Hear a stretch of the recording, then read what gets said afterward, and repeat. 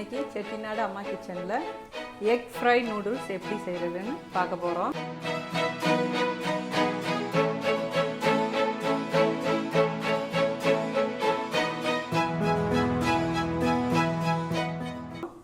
So இன்றைக்கி வந்து கொஞ்சம் டிஃப்ரெண்ட்டாக நம்ம நூடுல்ஸ் செஞ்சு காமிக்கலாம் அப்படின்னு சொல்லிட்டு நூடுல்ஸ் ட்ரை பண்ணுறோம். எப்போயாவது நம்ம செஞ்சு சாப்பிடுவோம். ஸோ அதை வந்து நான் உங்களுக்கு இன்றைக்கி எப்படின்னு செஞ்சு காமிக்கிறேன். ஸோ தேவையான பொருள்லாம் என்னென்னு பார்த்தீங்கன்னா, நான் 2 பேக்கெட் நூடுல்ஸ் எடுத்திருக்கேன். ஸோ இது உள்ளே மசாலா இருக்கும். பீன்ஸ் பார்த்தீங்கன்னா உங்களுக்கு தேவையானது, அந்த உங்களுக்கு காய்கறியெலாம் உங்களுக்கு நிறைய போட பிடிக்கும்னா நிறைய போட்டுக்கோங்க. ஸோ நான் இன்றைக்கி வந்து பீன்ஸ் பார்த்திங்கன்னா ஒரு 6-7 பீன்ஸ் எடுத்துருக்குறேன். கேரட் இதில் வந்து ஒரு ஹாஃப் தான் நான் எடுத்துக்க போகிறேன். ஸோ ஹாஃப் கேரட் இதில் எடுத்துக்கிறேன். பெரிய சைஸ் வெங்காயம், பூண்டு பார்த்திங்கன்னா நான் ஒரு 5 பல்லு பூண்டு எடுத்திருக்கேன், நல்லா பெரிய சைஸாக. காரத்துக்கு அதில் அந்த மசாலா இருக்கும், இருந்தாலும் நம்ம வெஜிடபிள்ஸ்லாம் சேர்க்குறதுனால அந்த காரம் வந்து குறைஞ்சிரும். ஸோ நான் வந்து காரத்துக்கு வந்து பச்சை மிளகா ஒரு 3 மிளகா எடுத்திருக்கேன். நீங்கள் காரத்தக்கனா நீங்கள் வந்து குறைச்சிக்கலாம். கேப்சிகம் வந்துட்டு நான் இதில் வந்து ஒரு அரை கேப்சிகம் தான் எடுத்துக்குவேன். முட்டை 2 முட்டை எடுத்திருக்கேன். ஸோ இப்போ நம்ம வந்து இந்த காய்கறியெலாம் நறுக்கிட்டு நம்ம வந்து இது செய்யலாம். ஸோ நீங்கள் உங்கள் குழந்தைங்களுக்கு எப்போயாவது மந்த்லி ஒன்ஸ் அந்த மாதிரி நீங்கள் செஞ்சு கொடுங்க. ஸோ இன்றைக்கி பார்த்தீங்கன்னா ரொம்ப நம்ம வந்து எப்படி அந்த மேகி வந்து அவ்வளோ ஹெல்த்துக்கு வந்து நல்லது இல்லைன்னு சொல்கிறாங்க. ஆனால் பிள்ளைங்க வந்து இன்றைக்கி அதான் விரும்பி சாப்பிட்றாங்க. ஸோ இருந்தாலும் அதில் நம்ம வந்து எப்படி வெஜிடபிள்லாம் சேர்த்து அந்த மசாலா அந்த தன்மை வந்து இதில் வந்து கொஞ்சம் குறைஞ்சிரும். என்னென்னா நம்ம காய்கறியெல்லாம் நிறைய சேர்த்து சாப்பிட்றப்ப கொஞ்சம் இதாக இருக்கும். அதை விட என்னென்னா நான் வந்து வேக வச்சுட்டு அந்த தண்ணியை வந்து கீழே ஃபுல்லாக நம்ம ஊற்றிடுவோம். அதோடையே நம்ம செஞ்சு சாப்பிடக்கூடாது. ஸோ அது நல்லா வெந்ததுக்கப்புறம் நம்ம நல்லா ட்ரை பண்ணிவிட்டு அந்த தண்ணியை ஃபுல்லாக இருத்துட்டு தான் நம்ம வந்து செய்ய போகிறோம். சரி வாங்க இன்றைக்கி எப்படி செய்யலான்னு பார்க்கலாம். முதல்ல காயெல்லாம் நம்ம நறுக்கி எடுத்துக்கலாம். வெங்காயம் கொஞ்சம் நிறைய போட்டால் நல்லாயிருக்கும் டேஸ்ட்டாக. ஆனால் இங்கே வந்து கொஞ்சம் நைஸாக நறுக்கிக்கோங்க.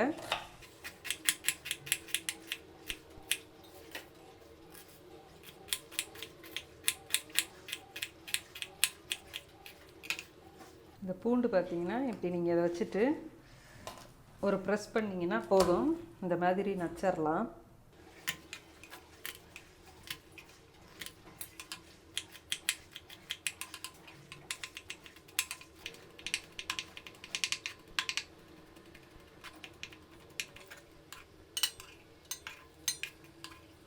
நீங்கள் குழந்தைங்களுக்குனா நீங்கள் வந்து பச்சை மிளகா போட வேணாம்.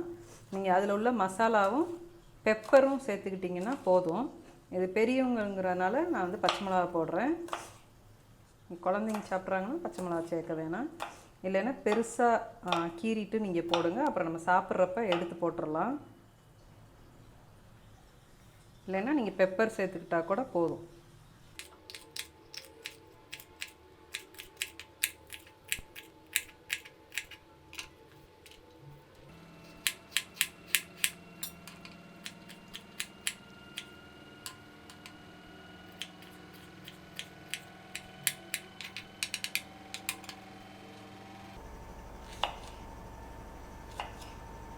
கேப்சிகம் எப்பயுமே நம்ம வந்து கடைசியாக போட்டால் போதும்.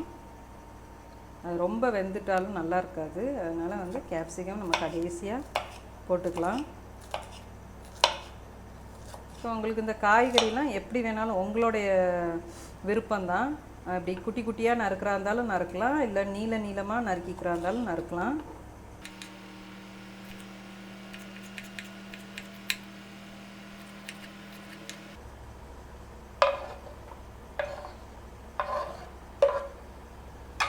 பாருங்கள், இப்போ நம்ம எல்லாம் ரெடி பண்ணியாச்சு. இப்போ நம்ம எப்படி செய்யலான்னு பார்க்கலாம்.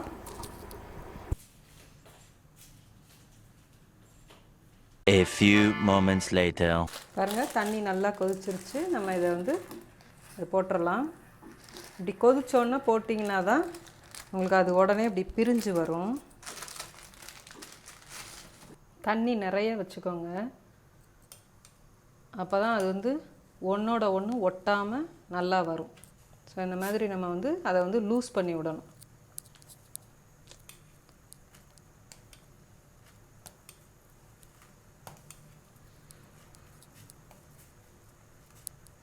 ஒரு 5 மினிட்ஸ் அது வந்து இந்த மாதிரி நல்லா கொதிக்கிற நிலையில் நீங்கள் இதை வந்து போட்டு ட்ரை பண்ணி வச்சுருங்க. வேகிறது உங்களுக்கு தெரியும், அப்படியே ட்ரையாக இருக்கிறதுக்கும் நமக்கு வெந்துருச்சுன்னா அப்படி கொஞ்சம் சைஸ் வந்து கொஞ்சம் பெருசாக வரும். அப்போ நீங்கள் வந்து 3/4 பதத்தில் வந்து எடுத்துருங்க. ஏன்னா அதுக்கப்புறம் நம்ம வந்து வெஜிடபிள்ஸோடு இது போட்டு ஃப்ரை பண்ணுறப்ப மீதம் இருக்கிற அந்த 15%ம் வந்து 1/4 பகுதியும் வந்து உங்களுக்கு வெந்துடும். அதனால் ரொம்ப நீங்கள் வந்து முழுசாக வெந்ததுக்கப்புறம் நீங்கள் போட்டிங்கன்னா நீங்கள் ஃப்ரை பண்ணுறப்ப அது என்ன பண்ணுன்னா அப்படியே உடஞ்சி அப்படி பிசு பிசுன்னு ஒட்டிட்டு வரும். ஸோ அதனால் நீங்கள் வந்து கொஞ்சம் ஒரு 3/4 பங்கு இப்படி வெந்த உடனே ஆஃப் பண்ணிடுங்க. ஓகே, இப்போ இதை நம்ம வந்து வடிகட்டி வச்சிடலாம்.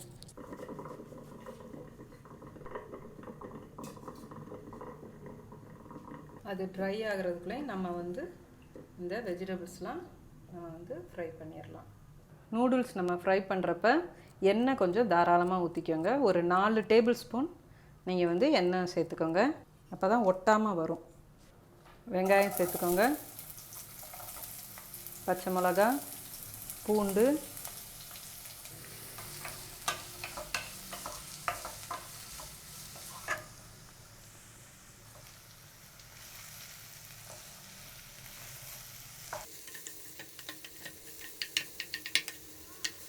பாருங்கள் முட்டையெல்லாம் நல்லா வெந்துருச்சு. நீங்கள் ரொம்ப வந்து கொத்த வேணாம். ஸோ இந்த மாதிரி வச்சுட்டிங்கன்னா அப்புறம் நம்ம இன்னும் நூடுல்ஸ்லாம் போட்டு செய்கிறப்ப அது என்ன ஆயிரும்னா இந்த முட்டையெல்லாம் நல்லா வந்துடும். ஸோ இப்போ நான் வந்து பெருசாக வச்சுருக்கேன். இப்போ இது கூட நம்ம ட்ரை பண்ணி வச்சுருக்கிற நூடுல்ஸை சேர்த்துக்கலாம். நீங்கள் ஃப்ளேமை வந்து கம்மியாக வச்சுட்டு இந்த மாதிரி மெதுவாக பிரட்டி விடுங்க. என்னென்னா நூடுல்ஸ் வந்து அப்படியே உடஞ்சி போகாமல் நம்ம என்ன பண்ணோன்னா அந்த வெஜிடபிள்ஸ்லாம் அது கூட சேர்க்கணும்.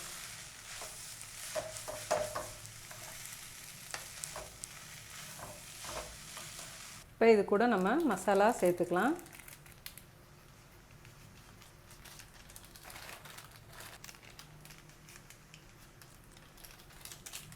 இப்போ நான் என்ன பண்ணுவேன்னா இந்த மசாலாவை கொஞ்சம் நீங்கள் வந்து தண்ணி தெளித்து அதை வந்து வேக விடுங்க அந்த மசாலாவை. அப்போ அந்த மசாலா வந்து எல்லா நூடுல்ஸ்குள்ளேயும் அந்த மசாலா வந்து போய் சேர்ந்துடும். அதனால் கொஞ்சமாக தண்ணி தெளித்து அதை அது கூட அப்படியே மெதுவாக லோ ஃப்ளேமில் வச்சு அப்படியே மெதுவாக அது கூட நீங்கள் கிளறிட்டே இருங்க. நூடுல்ஸும் நமக்கு உடையக்கூடாது. ஸோ அந்த மாதிரி உங்களுக்கு ஒரு ஸ்டிக்கு, இது வந்து சாப் ஸ்டிக் சொல்லுவாங்க, இந்த மாதிரி இருந்தால் கூட அதை நம்ம இப்படி எடுத்து மெதுவாக என்ன பண்ணணும்னா அப்படியே லூஸ் பண்ணி விடணும். அப்போ தான் நூடுல்ஸ் வந்து அப்படியே உடையாமல் வரும்.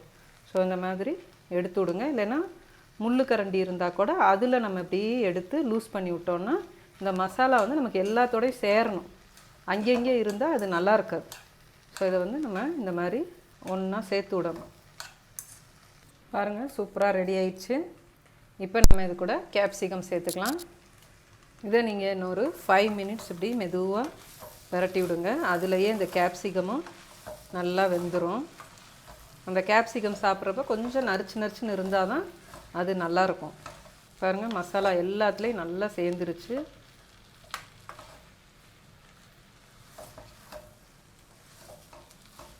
இன்றைக்கி செட்டிநாடு அம்மா கிச்சனில் பாருங்கள் சூப்பராக இன்றைக்கி எக் ஃப்ரைட் நூடுல்ஸ் சூப்பராக வந்திருக்கு. ஸோ நீங்களும் இது மாதிரி செஞ்சு பாருங்கள். எல்லோரும் ஃப்ரெண்ட்ஸ்லாம் சொல்கிறாங்க, நீங்கள் இப்படி செஞ்சு இப்படி சாப்பிட்டு காமிக்கிறீங்க, எங்களுக்கு பார்க்குறதுக்கு கஷ்டமாக இருக்குது, செஞ்சு எங்களுக்கு அனுப்பிச்சி விடுங்க அப்படிங்கிறாங்க. ஸோ வாங்க, எங்கள் வீட்டில் நான் உங்களுக்கு செஞ்சு தர்றேன். ஸோ இப்போ நம்ம வந்து டேஸ்ட் சொல்லணுங்கிறதுக்காக நம்ம சாப்பிட்டு காமிக்கிறோம், கோச்சுக்காதீங்க.